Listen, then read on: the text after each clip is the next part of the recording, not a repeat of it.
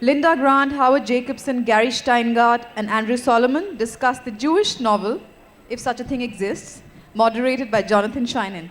Thank you.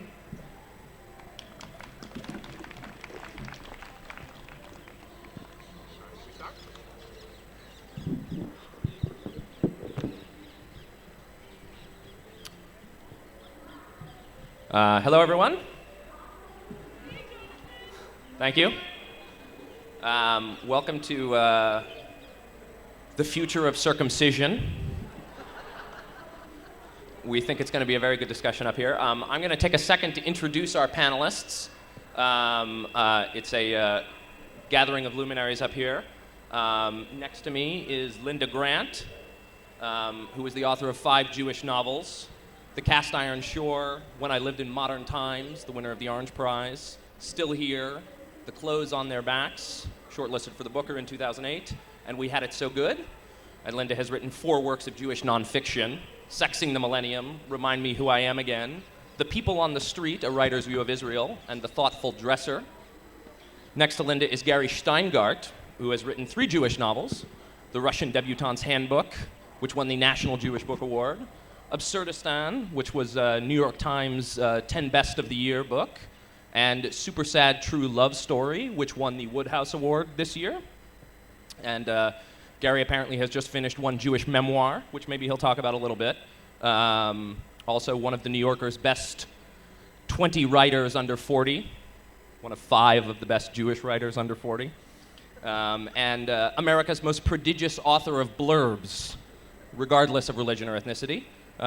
Next to Gary, we're lucky to have Howard Jacobson, 12 Jewish novels, including The Finkler Question, which won the Booker Prize in 2010, The Mighty Waltzer, the winner of the Woodhouse Prize in 2006, and Kaluki Nights, which Howard, I believe, once called the most Jewish novel that has ever been written by anybody anywhere. We'll come back to asking him about that. And his most recent novel is Zoo Time.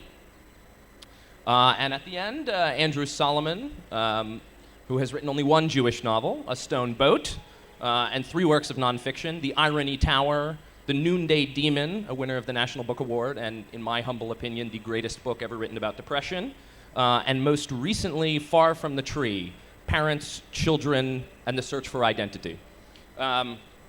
So I thought here, given that we have what seems both like an obvious and a puzzling panel description, which has been assigned to us by our Scottish Catholic Festival Director, William Dalrymple, we might start by kind of asking a bit about what precisely is a Jewish novel, or to put it another way, in what sense is the Jewish novel Jewish, apart from the tautological one in which it has been written by a Jewish novelist.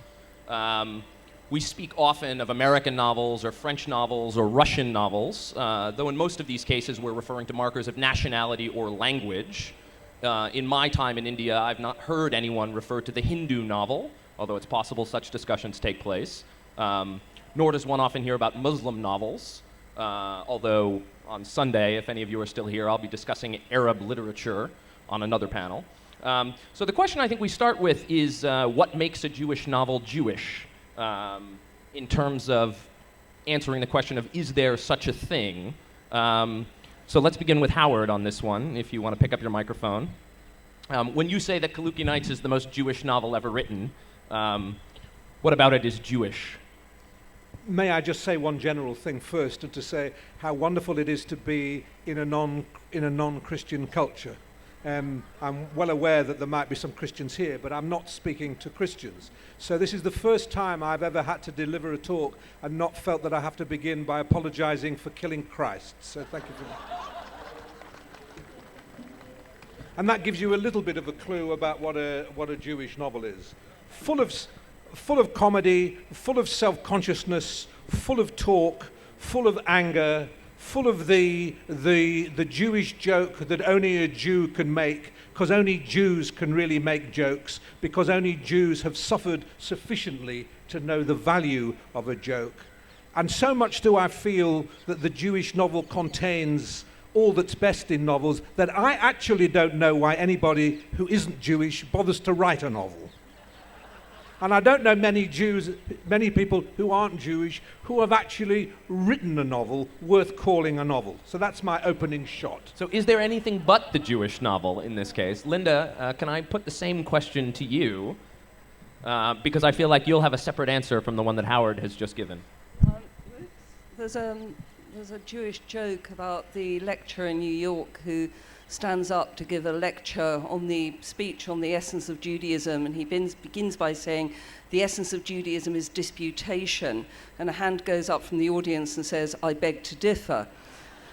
So this is possibly the essence of what's going to happen on this panel. We will disagree with each other.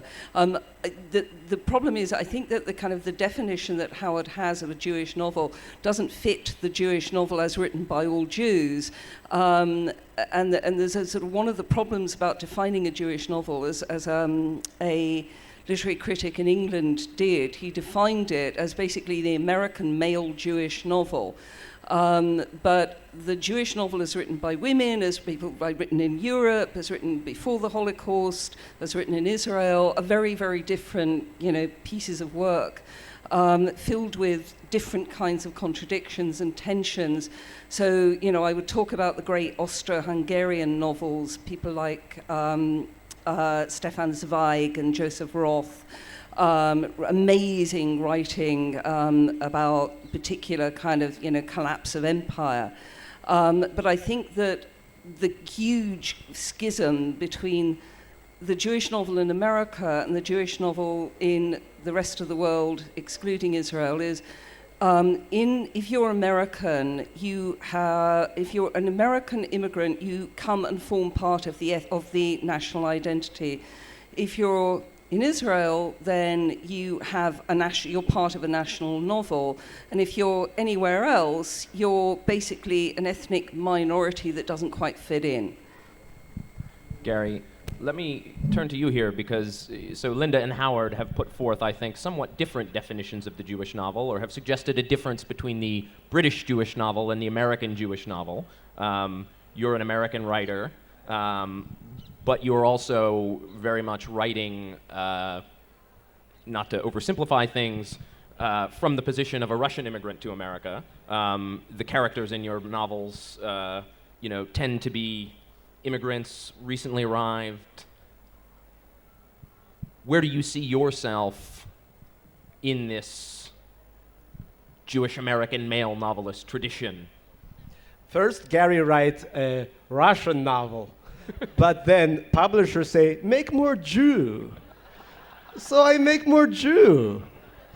And it sells good.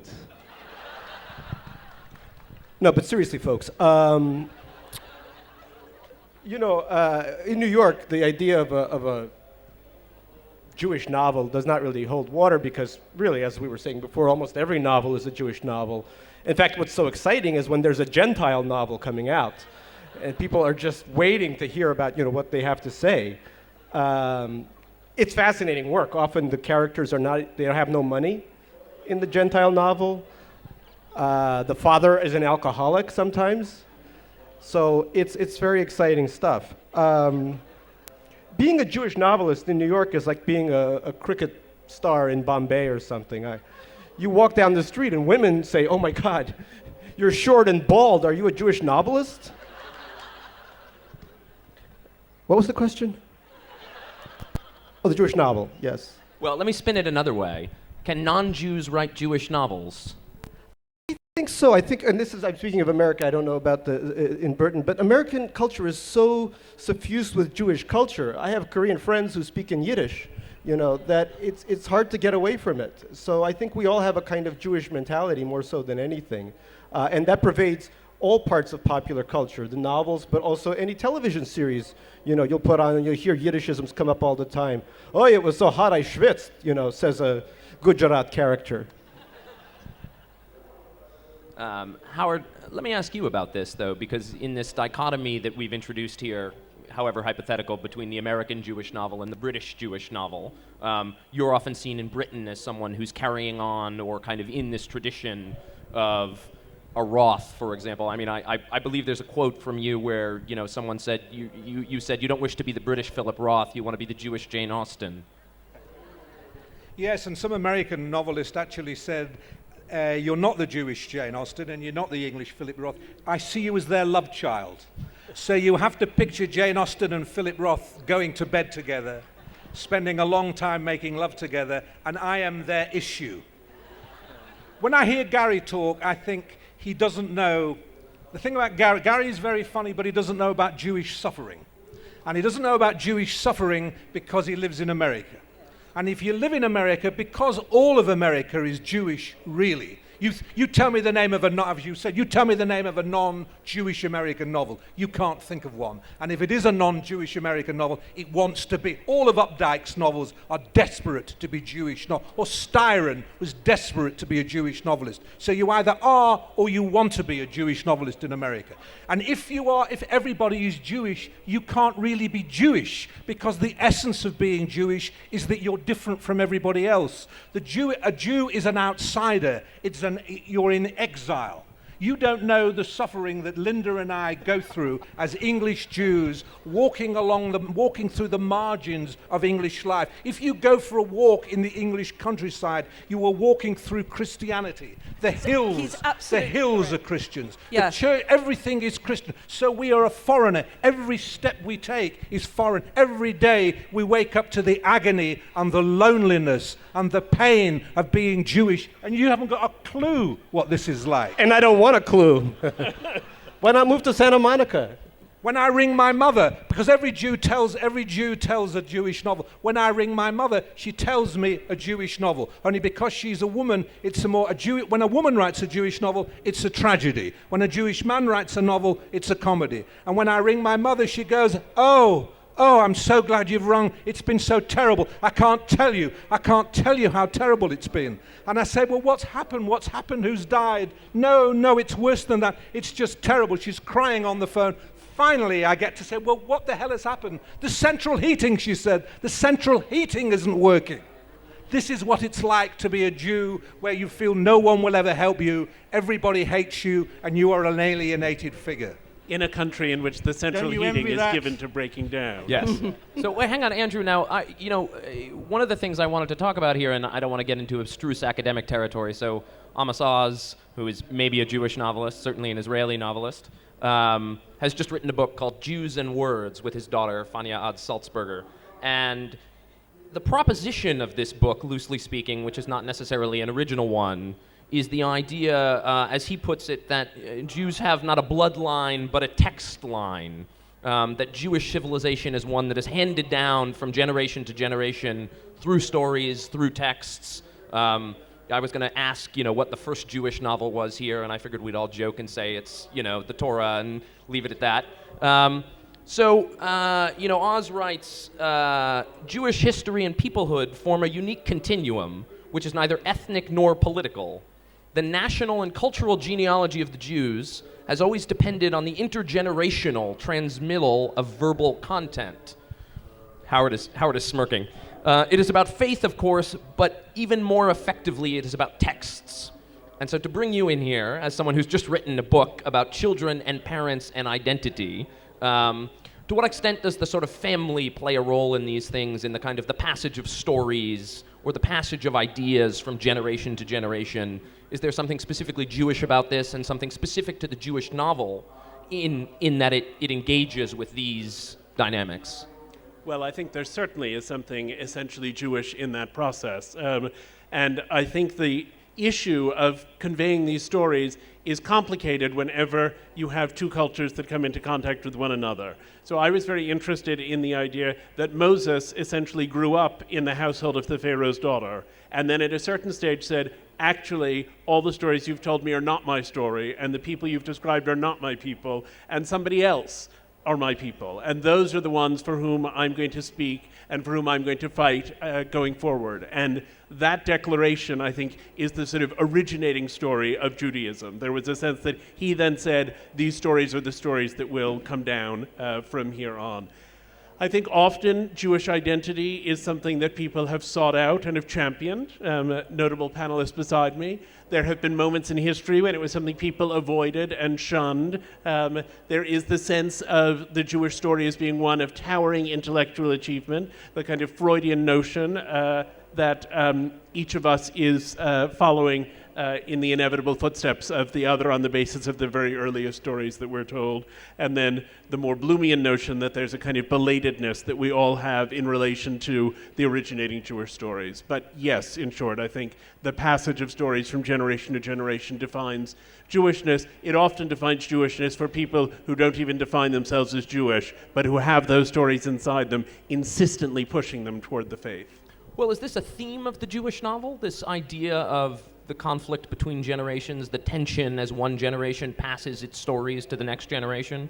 Certainly, Gary, I think in your novels there's a sort of sense, at least in Absurdistan, of the son and his father, and the ways in which they relate to one another, and the way, for those of you who haven't read Gary's book, not to spoil it, it opens with one of the more memorable circumcision scenes in contemporary literature, in which Misha, having arrived in Brooklyn, is sent off to be circumcised by some Hasidic men, which is something he's done for his father. His father wants him snipped.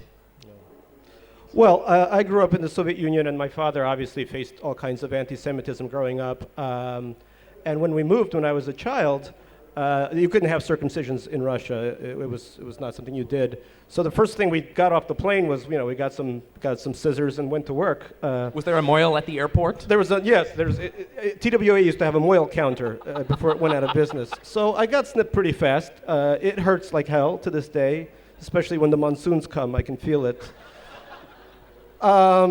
So for him, my being educated in a yeshiva, 8 hours a day of praying, Baruch Atah, this was what he wanted the most for himself. And I was supposed to represent that future. But when I got to the yeshiva, it was terrifying. And I was surrounded by other Jews, but they hated me because this was 1980 and all Russians were considered, remember all those films, Red Gerbil, Red Hamster, Red Dawn, all that stuff? So the kids didn't identify me as a fellow Jew, they saw me as a communist, to the point where I had to pretend I wasn't born in Leningrad, I was born in Berlin. Here I was a Jew in a Hebrew school pretending I was German. So we had clearly reached some very low point in Jewish civilization. And by the time it was over, by the time I was released from Hebrew school on parole, and I went to a school where there were plenty of other immigrants like me, some Jews from the Upper West Side, but plenty of different kinds of people. That's when I first felt a kind of feeling, this loss of oppression. And I started to think a lot, and I started to write a lot. And in Hebrew school, the only thing I had written was a parody of the Torah, which I called the Genorah.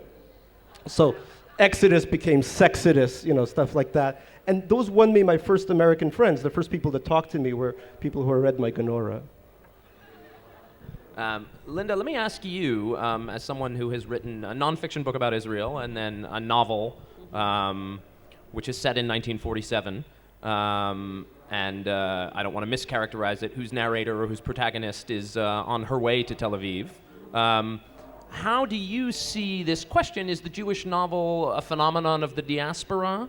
Is it, I suppose it depends on how we define the Jewish novel, but what is the relationship between the Israeli novel and the Jewish novel? Well, I wanted to write a book about the Mandate period in Palestine. I figured that the British couldn't do it and the Israelis couldn't do it, so it was left up to me. I had that kind of small spot. And it's not actually a particularly Jewish novel, I don't think. Even though it's about a particular moment in Jewish history. It seems to me my least Jewish novel. I think the most Jewish novel that I wrote was really kind of banging against a really English idea. It's a very Christian idea, which is suffering ennobles, right? And I don't think that suffering ennobles. I think, so it's kind of like, how could the Jews who went through those terrible things behave like this to the Palestinians? Surely they must be nicer than that. And so I wrote a novel called The Clothes on Their Backs, which was trying to actually take on that notion of, if you had a really terrible time and you suffered, you're good at jokes, but also you may be good at saving your own skin and surviving and doing all of those things. But to me, I was thinking about it as we were sitting here about the Jewish novel as I write it. I grew up in a culture where to be English was to be prone to tact and meaningful silences, whereas being Jewish was to talk a lot, and particularly talk with your hands. And my parents were sort of huge talkers and huge storytellers, and because they were immigrants and asylum seekers, they lied all the time. They didn't believe in truthfulness and authenticity and honesty, those wonderful Christian virtues. They believed in lying through your teeth, in telling a story to get you out of a situation, a really good story. Being a storyteller was a kind of an aspect of survival. And the other thing that they were really, really keen on was your clothes, because they understood that in the English class system, people were denoted by the clothes they wear. So they thought that if they wore really expensive clothes, people would take them for being something else. So I came out of this whole tradition of being Jewish women who liked nice clothes and wore lots of jewelry and had their hair done and didn't go for walks in the countryside, not ever, because the countryside, as Howard said, is not Jewish, the countryside is Christian. And so I sort of grew up in this kind of tiny little, environment, and I wrote a novel called Still Here, which was reviewed as being, this novel is too Jewish, and I'm Jewish, so I can say that, said the reviewer. So, you felt this kind of sense of sort of which direction am I running in? And when Howard published The Finkler Question, I remember reading it and thinking, there are 5 people who understand these jokes, me, Howard, and 4 others, and yet everybody understood the joke. You think I understood the jokes?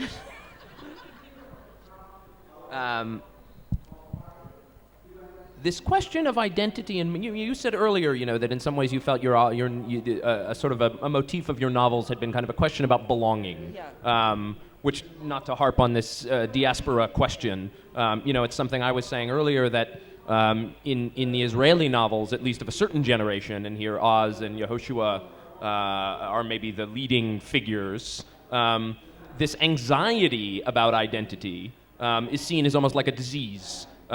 This is why the diaspora Jew to these writers is inferior to the Israeli Jew, and yet this is the theme in some ways of so much of what we're calling the Jewish novel, I think. Oh, sorry. Well, I think that all of my novels are about, belonging, who am I? Because when this character, this young Jewish girl, goes to Palestine in 1947, she finds that she has absolutely nothing in common with all these Jews that she finds there. What she has in common with are the British. Because they've listened to the same radio, they've eaten the same food, they know the same jokes, they've got the same cultural references, but she regards them as the enemy, so she is able to go undercover. She's able to kind of disguise herself. It's very interesting listening to Gary saying that his publishers told him to make his novel more Jewish, because what American publishers say to British Jewish writers is, we don't actually need you, we've got our own. So, there isn't the sort of, that audience for it. And in Britain, it's like you publish a Jewish novel, you need to pass some kind of loyalty test on where you stand on the Middle East. So I feel myself to be in this sort of strangely uncomfortable position where I just have to kind of put my head down and write what I have to write and hope that it finds its audience. Can I just come in on the... Yeah, let's go to a free-for-all now. We might as well. There's a lot of us and a lot of opinions. The who we are thing. I Yeah. mean, when you mention those Israeli novelists who are that generation of Israeli novelists, they are great writers. I revere them. They're not funny. They lose out on, what for me is the indispensable nature of being Jewish, and that's that you're funny. And that is the best reason for not living in Israel that I know, that it stops you being funny. I perfectly understand that they feel that they've got bigger fish to fry there. If you feel your life is in danger, then you can't be funny. Whereas I grew up in Manchester and we felt our life was in danger every day, but we knew that was ridiculous because it wasn't. But nonetheless, in 1950s Manchester, if someone rang the doorbell, we all hid under the table because it was just possibly the Gestapo was coming. So we could feel at one and the same time that we were in danger, that the Gestapo could come. The Gestapo were only just a few miles away. We weren't certain that Hitler was dead in 1954. So we were frightened of all that, and yet we knew it was preposterous at the same time. And there was a joy in not knowing whether we were serious or we were not serious, and not actually knowing who we were. I've written, as you kindly say, 12 Jewish novels. I don't have an inkling what it is to be Jewish. I don't know. I was never told. My father never knew. My father didn't have an idea what being Jewish was. I would say to him, what is it to be Jewish? And he would scratch his head and he would say, being Jewish is not marrying someone who isn't Jewish. And I'd say, well, what would happen if I marry someone who isn't Jewish? He'd say, you'd stop being Jewish. And I'd say, well, what then would I have lost? He said, you would have lost the condition of not being someone who marries somebody who is, and that was all I knew. I was just involved in this circle, and I still don't know. And the fun of it is to go on trying to find out what being Jewish is, and you lose that if you've got an existential war on your hands in Israel. Sorry, can I just point out that Howard and I, both British Jewish writers, have. It's not just that we're male and female that makes us different, but there's a huge cultural gulf between us. He's from Manchester, I'm from Liverpool. And that makes a massive difference. I mean, it really is a critical cultural difference. 25 miles. Yeah, 25 miles. Hey, it's, how far is Tel Aviv from Ramallah? Yeah, but I mean, we hate the Manx in Liverpool. I mean, come on. He supports what city, I assume? You support Man City? No, I support Manchester United, but I don't want to talk about it. That's not a Jewish team. I don't want to talk about it. That's not a Jewish team. So but it does mean that this panel is incomplete. We've got no one from London here. You spent any time in London? I spent a bit of time in London, yes. So can we call you a London Jew? Are you a Tottenham supporter? My whole purpose in spending time in London was to seem English rather than Jewish. It was a way of redefining myself at a time in my life when I was You've not done a bad job, I have to say. Thank you very much. It's the shirt, I think, actually. That's the, I picked up on the strikey thing quite quickly when I got there. Andrew, let me ask you, you have written one novel, a novel that is very much about the protagonist, if I can use that word, the protagonist's relationship with his mother, and about the question of his identity and revealing that identity to her. Can you talk a bit about that? I'm not going to pigeonhole you into calling it a Jewish novel, but if it is sort of marinated in some of these same themes. So the novel I wrote was in some measure based on my experience of my own mother's illness and death. And the book that I've just written deals with the fact that my mother grew up in a family in which her father had a job with a government company that didn't employ Jews. And his surname didn't sound Jewish, and they didn't look Jewish, and they passed as non-Jews through much of their lives. And then when I began to think of myself as gay, I felt incredibly uncomfortable in gay identity. And the protagonist of that novel feels very uncomfortable in gay identity, that protagonist being, of course, a projection of me. But a concert pianist, which is a very proper... Well, yes, exactly, which one dreams of. But and I think that the sense of discomfort with being gay, for me, mirrored my mother's discomfort with being Jewish. And when I wrote that novel, I didn't have a sense that it was a Jewish novel. And then someone pointed out that novels in which there's an obsessive relationship between a mother and a son who are that deeply entangled are always Jewish novels. So I sort of bought into that.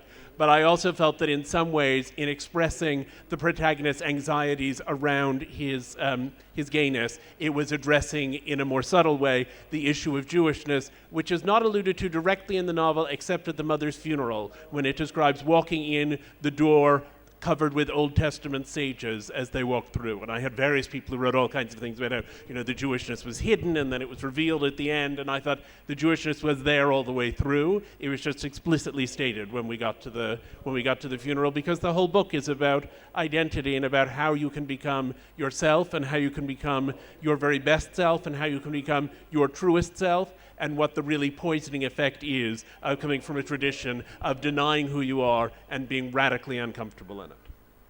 Can I just say how wildly envious I am of you being Jewish and gay? I'm on the gay panel on Sunday, too, if anyone wants to come. I don't know where to go next here, Gary. I'm Jewish and gay as well. In my dreams. So, no, given your experiences, it wouldn't be surprising, would it? On this panel? Given what? Well, has anything terrible happened to you yet? Yeah, I've been reamed. All right, hang on. So, Gary, in your books, we see a lot of passports. A lot of, the sort of two plot points in Absurdistan and in Russian Debutante's Handbook both involve sort of naturalization, migration. These are obviously themes that, are figure in your own life in a way as someone who moved to America at a young age. Do you see any of this sort of when we think about the Jewish novel and questions of identity and questions of crossing borders, anxieties of rootlessness, does this mean anything to you, or? Yeah, every time I approach an immigration point, I get very, very nervous to the point where I have panic attacks sometimes, especially at the Canadian border because I know how tough they are. That's a joke. When I was growing up in Russia, I had a grandmother who was a committed communist, and she worked for Leningrad, means Evening Leningrad. It was one of the Pravda-type papers. And I loved her very, very dearly, but she was already losing her mind, Alzheimer's, I believe. And she said to me, Gary, can you write a book to me, for me, a novel, a small novel. I was 4 or 5 years old, Jewish grandmother. And I said, all right. And she said, what do you love? I said, I love Lenin, because there was a huge statue of Lenin right outside. So I wrote 100 pages about Lenin. How Lenin meets this magical goose, and together they invade Finland and foment a socialist revolution in Finland. And in the end, there's a Menshevik-Bolshevik disagreement between the goose and Lenin eats the goose. And Grandma, who worked for Pravda, said, maybe we cut that out. I've seen a bad review of this in the New York Times. Yes. It just came out.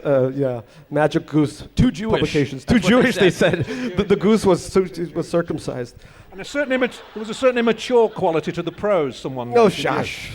I did my best. I was 4.5. Well, so I mean, but my point is that this was my initial encounter with language, with the Russian language. And when I moved to America and we only spoke Russian in the house, that's what was lost. And that's where, there's constant, my characters always have a passport and they're always worried about where they're going to go next. But that's my sense is that, yes, Jewishness hovers over that because I know my parents did not have a good life in Russia because of anti-Semitism, but Jewishness is just the background. The real loss for me is the loss of Russian culture, which is why I go back every year to Russia, A, to suffer, B, to gather material, and C, to remind myself who I am.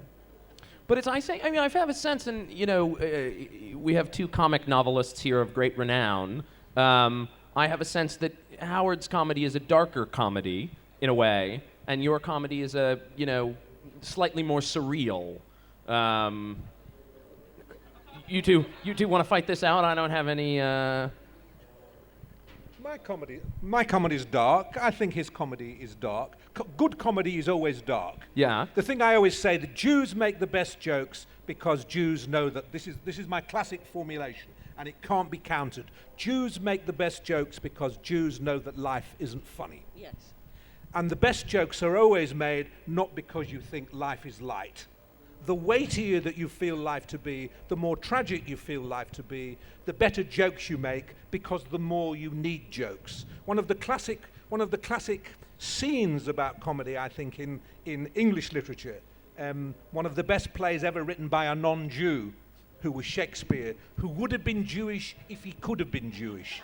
There just were apart no from the Jews anti-Semitic, around. apart from the bit of self-hatred in He would have, Shylock. yes, he would have been. But the scene I'm thinking of is the scene in Hamlet, when there's Hamlet and he's in the graveyard, and the play is full of death, Shakespeare is full of death, and he's holding the skull, and it's the skull of a comedian.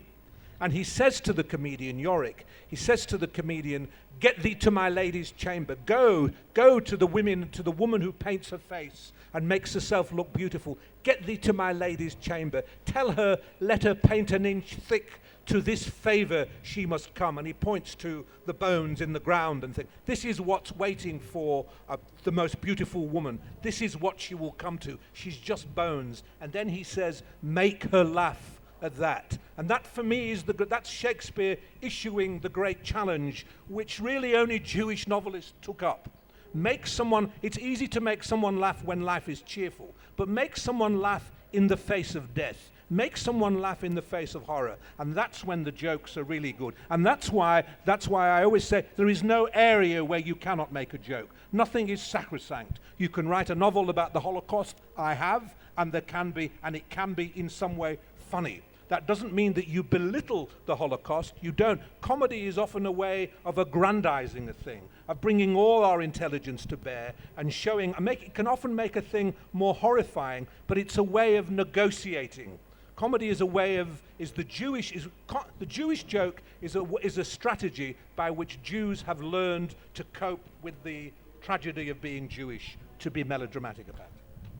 Linda, do you want to weigh in on this here? The point or the provocation that I will put forth is: are you defining the Jewish novel, not that it needs to be defined, in terms of a style that a critic would say, well, that's just a shtick. You know, this is a sort of a certain way of telling jokes, a certain, lightness of language. Well, it's not something you can just pick up. You have to be able to do it or you can't. Yeah. And there's more than one way of skinning that particular cat.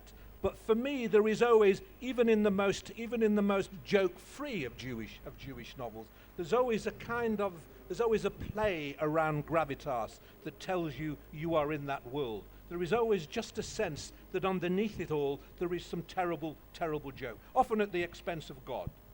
There's often that feeling that the person you most want to tell the joke to is God, and it might just be God who is telling the joke to you. That's something every Jew knows, that the real joker in the pack, the real comedian out there, is God. Linda? No. No. I want to ask you because of this. I feel that you have, and maybe I'm trying to, foment disagreement here, which shouldn't be terribly hard. A different sense of what it means to be a Jewish novelist. Look, the Jewish novel is Philip Roth's Portnoy's Complaint. It's the most Jewish novel, which I could not write because I lack the necessary accoutrement, the penis to write. It's a novel about the penis, which a woman can't write. And really a novel about circumcision, if you think hard about it. Yeah. So it's a comic novel, one of the great comic novels, but it's about a Jewish man and his penis. And if you want to say it's a shtick, there's the Philip Roth tradition, which I revere, as with Saul Bellow.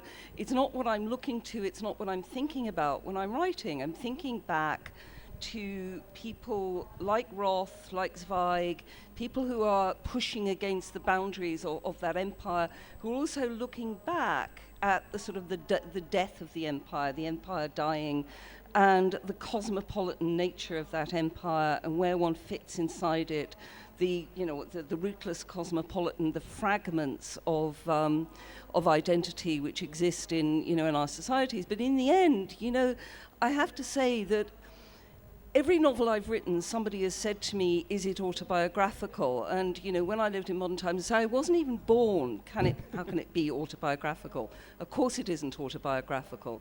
So when I wrote The Clothes on Their Backs, they said, is it autobiographical? And I said, yes. It's about a Budapest pimp from before the war who becomes a slum landlord in the 1950s. That's my story. But in the end, novels are autobiographical not in that sense, not in the sense of the details of your life, but they're about what is coming out of you. They're about, the secret part of yourself, which is the story that you're trying to tell about yourself, the story that's inside you. I mean, I have to say that, the other part of my tradition is coming from Liverpool, coming from this port city, coming from this place which is looking across the Atlantic, coming from a place which is, yearning to escape, to go to sea. That's part of my tradition. My novels are about leaving home and making a journey, or returning home after a journey. They're rooted in my particular family, which is not the same as the family of anybody else on this panel. They're rooted in my family story, which is a Jewish story, absolutely, but they're about my story, my parents, my grandparents, the particular dynamics of the family life that I grew up in, which are transformed thematically into stories about people who are not me. Well, there's this idea of sort of writing about the residue of these experiences, of these stories, in a way that, I don't think of the Canadian novel as being fundamentally concerned with the Canadian experience, or the French novel as concerned with the French experience. I'm going to toss this to Andrew. This sort of idea of, again, the stories that are handed down. I wanted to bring up something, in terms of this transmission from parent to child. I've always been captivated. A.B. Yehoshua has written a sort of fairly heretical analysis of the binding of Isaac, in which he proposes that he wants to undo what he calls this dark myth that hangs over our culture. And so he proposes that Abraham is lying to Isaac, that Abraham has this covenant with God, and he knows that Isaac will never understand this, and there's no way to pass it down to him unless he can convince Isaac that God has indeed ordered him to be killed, and then he can save him at the last minute. And having done this, now the covenant will pass on from generation to generation, and that sort of, this is the novel, if you will, or the fiction at the beginning of this intergenerational chain. Right. So there are an awful lot of people now who define themselves as Jewish Buddhists, or who define themselves as Jewish atheists, or who define themselves in all of these other terms. There's always a lot of confusion, I think, because there is a strong sense that for many other religions, you can't really be considered emblematic of the religion if you don't believe in or practice the religion. Well, for Judaism, you can very much be a Jew even if you don't believe in any of the biblical stories, even if you don't observe any of the holidays, you still have got a Jewish sensibility. And that's, in effect, a kind of ethnicity, but it's much broader and much vaguer than ethnicity. It's the thing that means that people from the north of England, from Russia, from the United States, from all kinds of other places, have this strange thing in common. There's this strange uniting business of Jewishness, which pulls everyone together. Frequently, the people it pulls together most are the ones who are kicking and screaming the most in the face of it. And so I think that Jewishness in the novel is, in fact, it's a sort of way in which the stories are aggrandized, but it's also a way in which the stories are inescapable, that we have been told these stories, we have it within us, that we have to tell them on to the next generation, and in the very telling of them, we create Jewishness, whether the person to whom we are telling them actually takes them on literally or only metaphorically. I'm going to ask Gary what he thinks of this. In what sense? I'm sorry. This idea, the telling of the story, the passage of the story from generation to generation, the sort of, or as in, I think some of your books, this sort of the tension between the father or what the father wants from the son. Right, yeah, which I've described. It's interesting because that was the sort of the focal point of my life for so long. What my father, to this day, when I publish a book, the first thing he does, he calls me and he says, "Will this book be good for the Jews?" And I say, I don't think it'll be good for anybody. Jews, Indians, Latvians, nobody's going to benefit from this book. But there's a lot of that tension. But the first two books I wrote, and I was a very young man when I wrote them, under 50, they were really very much steeped in my own experience and very Jewish. The third book I wrote, Super Sad Whatever, you can buy it. That book was bifurcated. There was a Jewish character and a Korean character. An absurd story. An absurd story. But it was a Jew and a Korean speaking. And I loved writing from a Korean's point of view, a Korean woman's point of view. And right now I'm writing a memoir just to clear the deck. I'm 40 now, and Russian men live till 56. So I'm trying to get all these things out of the way. And then I'm going to start, I think, writing from a non-Jewish perspective, at least one book. I want to try at least one book from a Korean-American perspective. Writing from a Korean-American perspective. Yeah, I've been surrounded by Koreans all my life. They're basically like Jews. I mean, the love of academics, the cabbage, it's all there. I made this experiment myself. I attempted to write about an upper-class English woman poleaxed with grief over the death of their dog, and nobody believed it. Absolutely nobody believed. See, the thing I would add to that is if I were to be asked to write from the point of view of a wealthy American of any ethnicity, I couldn't do it. I can only write from thriving immigrants. Yeah. I mean, striving immigrants, so that's why, sorry, throbbing immigrants. Freudian slip. Throbbing immigrants. God, I wish my shrink was here. So me and these throbbing immigrants are... I asked this question before of can non-Jews write the Jewish novel, and so now we have the question of can Jews write non-Jewish novels? Well, Philip Roth wrote one book. When She Was Good, which was not good. Yeah. It was one of the few novels that wasn't good.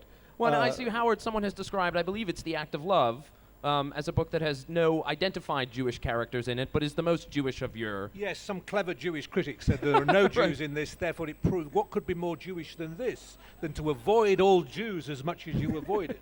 It's also a novel about it's also a kind of Leopold Bloom novel. It's about a man who likes the pain of jealousy. He likes the idea that his wife is unfaithful to him, and he encourages it. And although you wouldn't normally think of that as a Jewish thing, particularly, suffering is a Jewish thing. And one of the ways that you deal with suffering, it's one of the ways that you deal with it in a Jewish joke, is to embrace it. The masochist fears pain.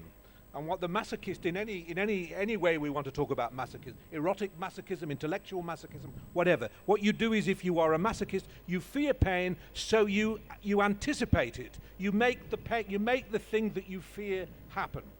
And in this novel, the act of love, this absolutely non-Jewish and therefore highly Jewish man makes the pain that he fears happen. And in that way, he is copying a Jewish joke.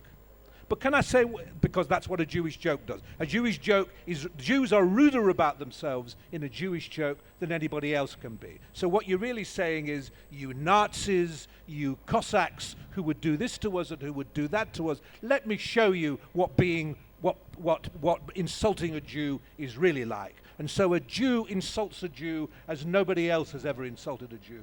And thus do we achieve our intellectual triumph, we say. And look, you can kill us, you can wound us, but we are cleverer than you. And that's where Freud comes in, because Freud says that's pretty dangerous, because that sounds like intellectual pride to me. And there is no question that the more educated a Jew is, the more likely he is to suffer from intellectual pride. It's the only fault that I can ascribe to Jews, actually. It's the only fault that we have. But can I say one more thing that we haven't touched on? Yes. That there is a kind of, we've talked about jokes, but I don't know whether we've talked about the seriousness of Jews when it comes to art. And it's always occurred to me that this is because there is a commandment. Moses came down, and one of the commandments was, God said, you shall not make a likeness of any living thing, which came to be understood as you shall not make art.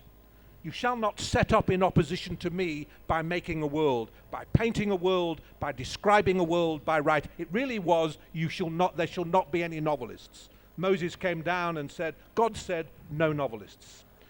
And since then, Jewish artists, painters, Jewish musicians have known that they have to break that law, but they take that law so seriously, it's blasphemous.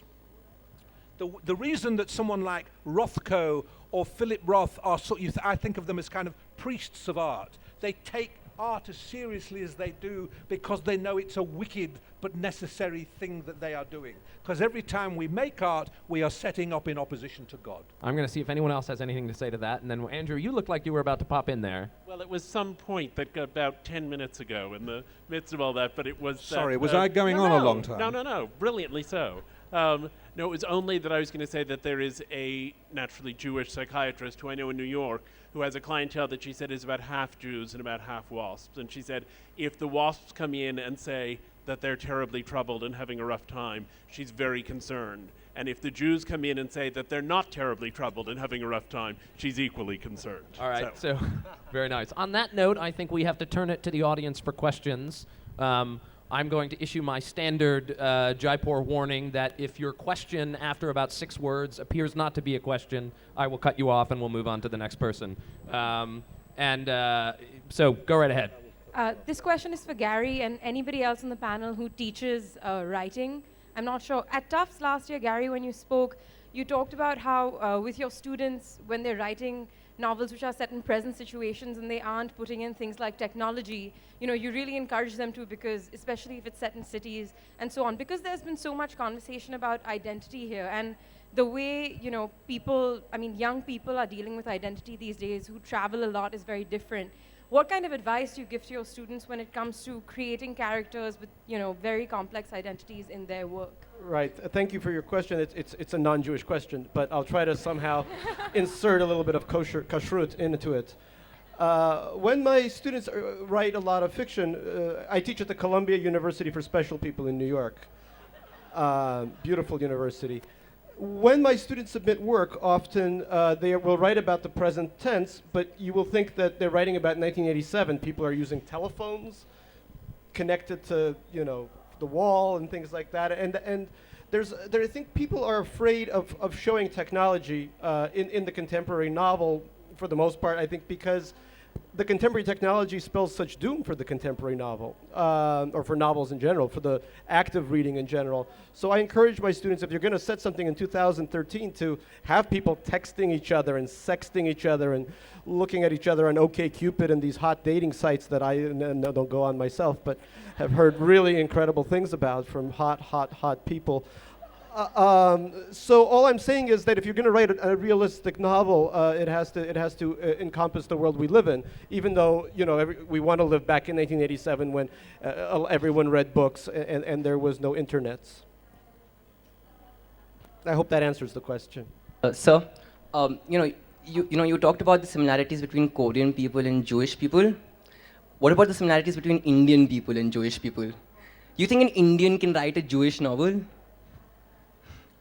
Is a suitable boy in some ways not? What's the question? Can an Indian write a Jewish novel? Oh, yes. If he's Jewish. No. I can tell you something in secret, so don't tell anyone. I haven't read the last 2 novels. I didn't write them myself. I outsourced them to India. So this guy named Akhil in Gujarat wrote both of them, and they are impeachably Jewish. Sometimes you'll find something like a puncturewala or something. People are like, what the hell is that? But for the most part, yes. All right, who's next? Given, Speak up, though. It's hard to hear.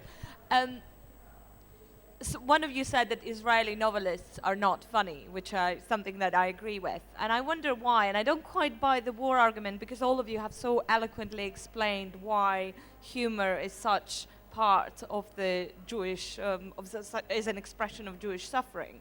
So if war is suffering, then war surely can't be excuse for Israeli novelists not being funny. So why do you think is it? Well, I would say Edgar Carrot is a funny Edgar writer. Carrot, So let me let Linda take this then. Well, I mean, I think that, as part of, there are some very funny things in David Grossman's novels. I don't think Aaron Appelfeld is a particularly comic writer. Amos certainly isn't. But I think the younger generation of Israeli novelists, in their 30s and 40s, very much are. Edgar Carrot is, and there are others.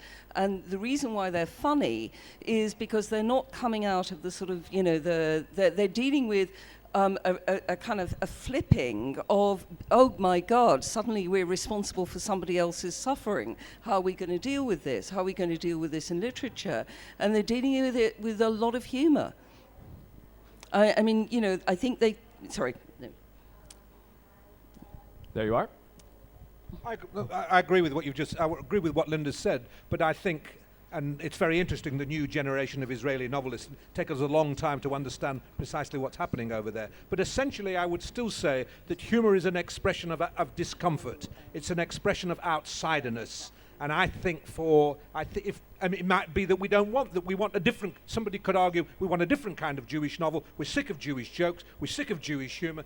And that in a way is what some of the last generation of Israeli novelists were saying. Certainly it's what Yehoshua would say. You're sick being a diaspora Jew. You're sick. You don't know where you are. You don't know who you are. You don't know where you fit in. You don't know who you belong to. You're lost. And I would say that's precisely the joy of it. For me, I couldn't imagine being anything but diaspora. I love being diaspora, and that for me too is what makes the thing funny. The more of an outsider you are, the funnier you are. The more you feel you belong to the heart of a society, the less funny you will be. Excuse me? Next question? Yeah, so this was pretty much the high point of my day. I'm on the You gotta stage, speak right? up. Yeah, this was pretty much the high point of my day today. I ask all of you, with a sense of responsibility, why are Jewish people, like, seriously the most politically correct? Yeah. Say that again at the end? Why are Jewish people, in particular you, why are you all, like, so politically correct? Politically correct? Yeah. Howard is the most politically correct person I know, really, actually. Clearly, I can Very see that. careful as he chooses his words, does not wish to offend anyone. That's the nicest thing that anybody's ever said to me. Thank you. No, I say that with Should we tell some Indian jokes from the stage? Would that change dare. this reputation? I dare you to. All right. Does anyone want to field this question? Gary, why are you so politically correct? It's because he's gay and Jewish and Russian. What else can he do? I'm a GDR. Hello. All right, go ahead. Yeah, I have read only a novel written by, I don't know, Israeli or an English Jewish or a Jewish. You have to speak up. It's very... Exodus. I read a novel, Exodus. Exodus. Do you count that a Jewish novel or a non-Jewish novel? interesting or non-interesting? I would like to hear your comments, please. Is Exodus an interesting novel? Is that the question? Yeah, and is it a Jewish novel or It's not a funny non-Jewish? novel. I think it's certainly safe to say, Howard. There is a little. It's a very small genre. It belongs to it. It's called the bad Jewish novel. This is for Gary. Anyone else? Go ahead. This is for Gary. As an American Jewish writer, I'd like to know how do you relate to the subject of the self and the other? How do I relate to a subject? How do you relate to the subject of the self and the other? Well, I love myself, and I fear the other, especially my mother. That's my Jewish haiku for the day. I don't know, the self. You know, look, I go through different permutations. When I was growing up, my characterization was Russian, because that's what everybody was calling me. You fucking Russian, God damn you. Why do you keep launching these missiles against us? But as I grew up, I went to a very Marxist college called Oberlin College in Ohio.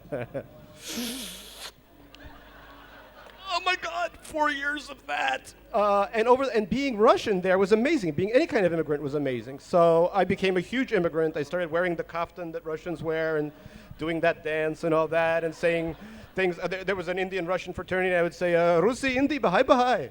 You know, so I would even do that. And then that stopped and I became an adult, I guess. Not really. And I realized, what the hell is my identity, in terms of self? And I think the idea was, I'm just an American at this point. You know, I go back to Russia to suffer just like my parents did every year. But for the most part, I live comfortably. Life is good. I vote Democratic, blah, blah, blah. Will this make my fiction less potent in the future? Not a sexual metaphor. But will it decrease in the anger and the sense of, it may. I may start writing much worse things than I'm writing already. It may be a huge downward slope. But life is only lived once, and I just want to relax. I just want to go someplace really warm and have my dachshund lick me all over. Your dogs or your doctor, I heard. My Dachshund. Oh, your dachshund. My dachshund and my analyst. Because a Jewish novel about a man who wants his doctor to lick him all over could be good, actually. Well, I think we can co-write it today. All right, a question. We have a question We at the need back. love. Given all of your inherent sense of sort of doom, do you see a crisis point for the Jewish novel, and does the Jewish novel have a future, do you say? That was actually going to be my joking opening to the panel, but does anyone want to weigh in on this? Does the Jewish novel have a future? Maybe the better way to put this, and I'm going to hijack your question, is who reads the Jewish novel? And because I think, as we agreed on the panel about the novel of the future yesterday, that the novel is not dead, but its readers may be. Is notwithstanding everyone here, of course. I'm gonna let Linda field this one. Yeah, well, as long as there are Jews in the world, they will go out and buy a Jewish novel because it's a Jewish novel and they feel that they should support their own. So as long as there is a synagogue, somebody will be saying, have you read this one? See what it says about the Jews in here. Or you may have to read it to complain about it, perhaps exactly. in a similar way. Can we take one last question?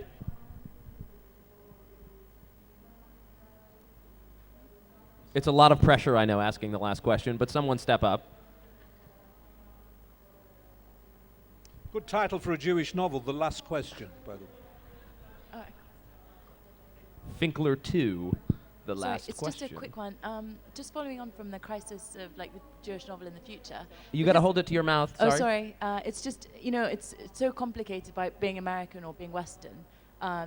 From what you've said, so where do you see the future of it in terms of emerging markets and India and China and the empire's declining and that's where we've inculcated so much of Jewish culture because the West has sort of dominated how we've thought and how we've read and about Jewish traditions.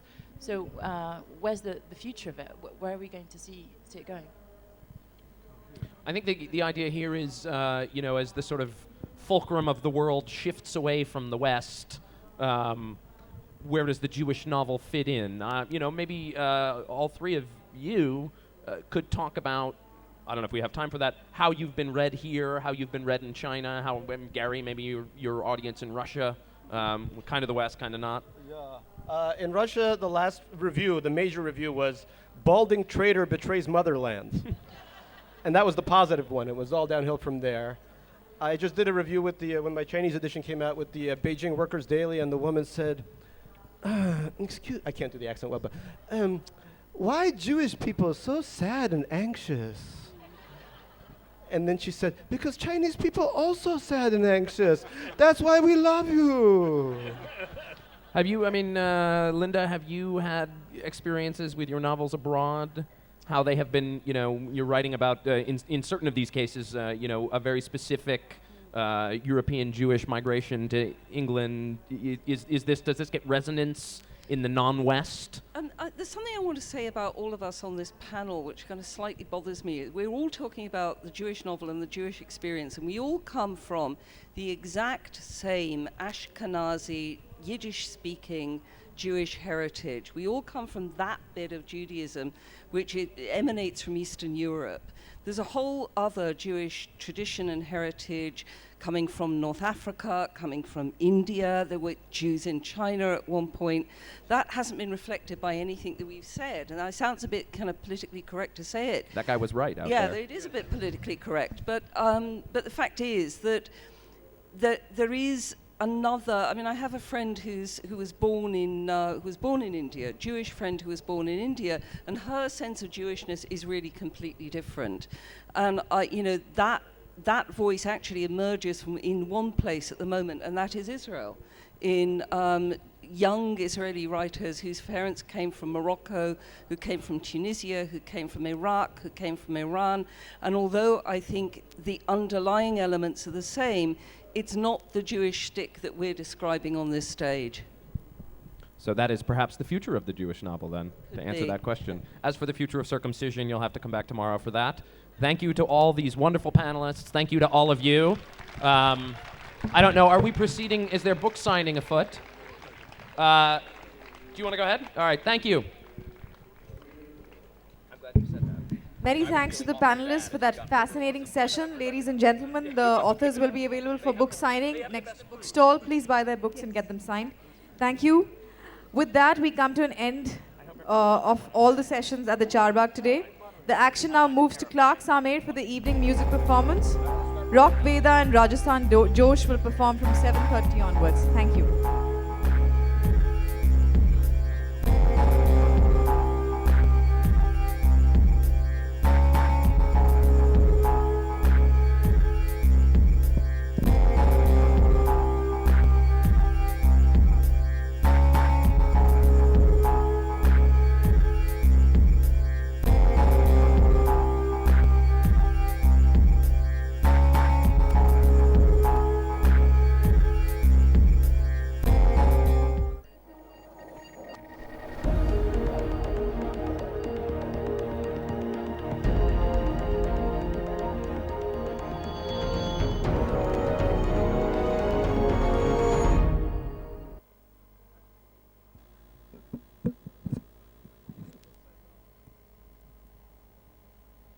Hello.